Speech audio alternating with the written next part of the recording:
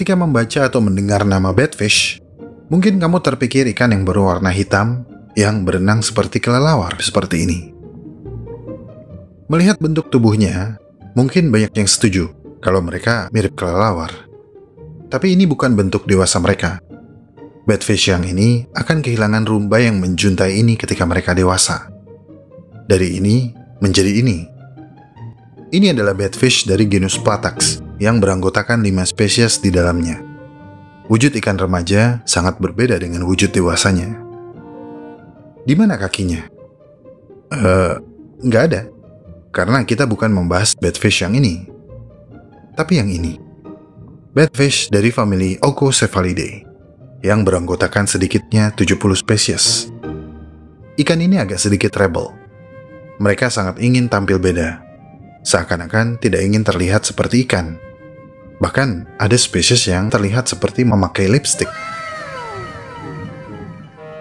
Batfish sangat beradaptasi dengan gaya hidup bentik. Artinya, mereka sangat senang menyusuri dasar laut. Di bawah tubuhnya, Batfish memiliki 2 sirip perut yang menopangnya.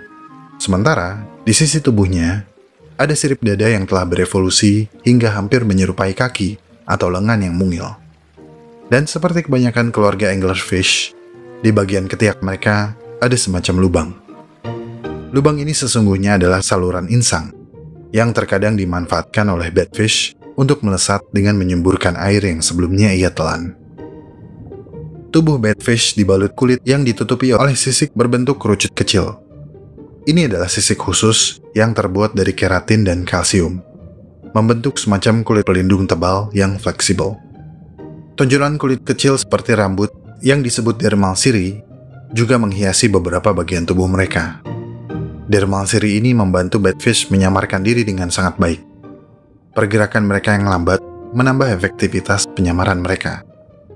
Oncocephalidae termasuk dalam ordo Loviformes. Ini berarti Batfish masih berkerabat dengan anglerfish, seperti frogfish dan handfish.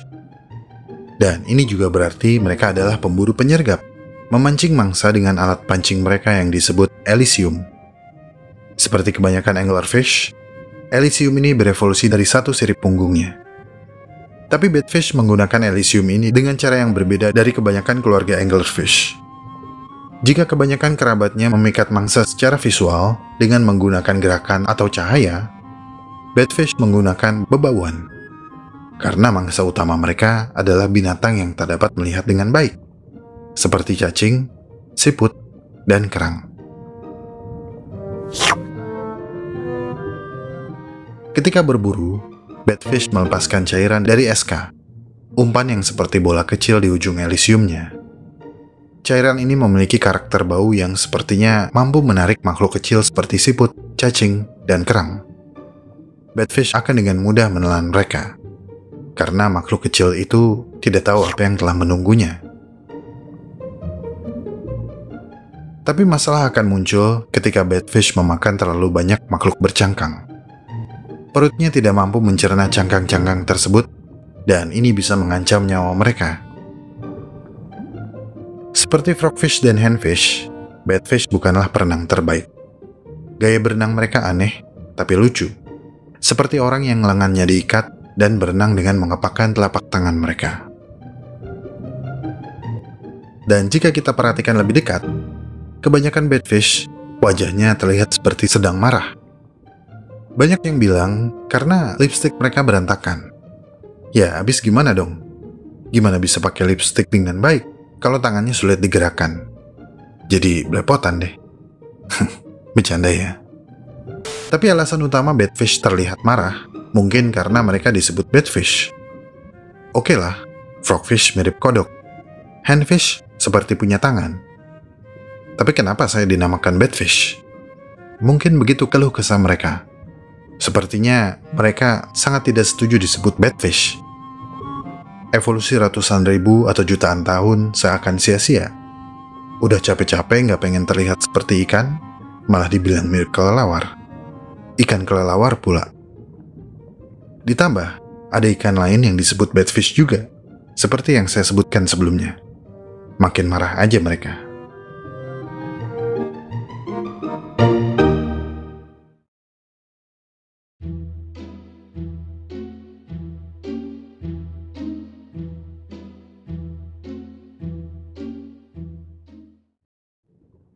Setelah Batfish, sangat cocok jika selanjutnya kita membahas partner kerjanya, si Robin. Karena mereka berdua sering memberantas kejahatan bersama-sama. Si Robin mendapatkan namanya dari sirip dada berbentuk kipas yang membuka dan menutup dengan cepat saat mereka berenang, membuat mereka tampak seperti terbang mengepakkan sayap. Tapi ini bukan Torani atau ikan terbang yang pernah kita bahas ya. Si Robin nggak pernah terbang keluar air seperti Torani. Nama lain si Robin adalah Gurnard, ikan penghuni dasar laut yang ramping dari keluarga Triglydidae. Mereka umumnya ditemukan di dasar lautan yang hangat dan beriklim sedang. Ketika si Robin melebarkan sirip dadanya, kita dibuat sibuk mengagumi keindahan dari seekor ikan bersayap yang eksotis. Tapi ketika kita memperhatikan lebih detail, loh, kok mereka seperti berjalan di pasir dengan kaki yang mirip ceker ayam? Kaki-kaki itu sebenarnya bukanlah kaki, Cakep. melainkan duri dari sirip yang telah berevolusi menjadi jari, terpisah dari sirip dada yang lainnya. Dan menariknya, duri yang seharusnya kaku ini telah memperoleh kemampuan untuk dilenturkan dan dibengkokkan, sesuai dengan keinginan si ikan. Secara sekilas, si Robin seperti sedang berjalan-jalan santai di dasar laut. Tapi sesungguhnya tidak sesimpel itu. Kaki-kaki tersebut sebenarnya hadir bukan hanya untuk dipakai berjalan. Mereka membutuhkan kaki ini untuk merasakan mangsa yang berada di bawah mereka. Ini sekaligus memberi kesan kalau mereka sedang merangkak di dasar laut. Si Robin pada dasarnya menghuni ceruk yang sama dengan ikan lele di air tawar. Sama-sama bottom feeder, cuma beda ekosistem. Kalau lele air tawar umumnya menghuni dasar sungai berlumpur, si Robin menjelajah di dasar lautan berpasir. Kemudian, beberapa spesies si Robin juga memiliki organ yang mirip dengan kumis ikan lele. Sepasang tonjolan yang ujung permukaannya dihiasi oleh duri-duri kecil. Kombinasi kaki dan barbel ini memungkinkan si Robin mendeteksi mangsa. Kaki-kaki mereka diketahui memiliki sensor yang dapat mendeteksi zat kimia yang dilepaskan oleh invertebrata yang mengubur diri di dalam pasir. Si Robin akan memakan apa saja yang bisa mereka temukan, seperti udang, kepiting, amfipoda, cumi-cumi, Mollusca bivalvia, cacing, ikan kecil, dan bahkan rumput laut. Apa yang bagi kita terlihat seperti ikan yang sedang berjalan, sebenarnya lebih seperti ikan yang sedang meraba-raba kulkas, mencari sesuatu yang enak untuk dimakan. Kalau kamu suka baca manga atau nonton anime, si Robin mungkin mengingatkan kita pada salah satu seri karya Junji Ito, Kyo, ikan yang tiba-tiba memiliki kemampuan berjalan dan menginvasi daratan, memberantas populasi manusia.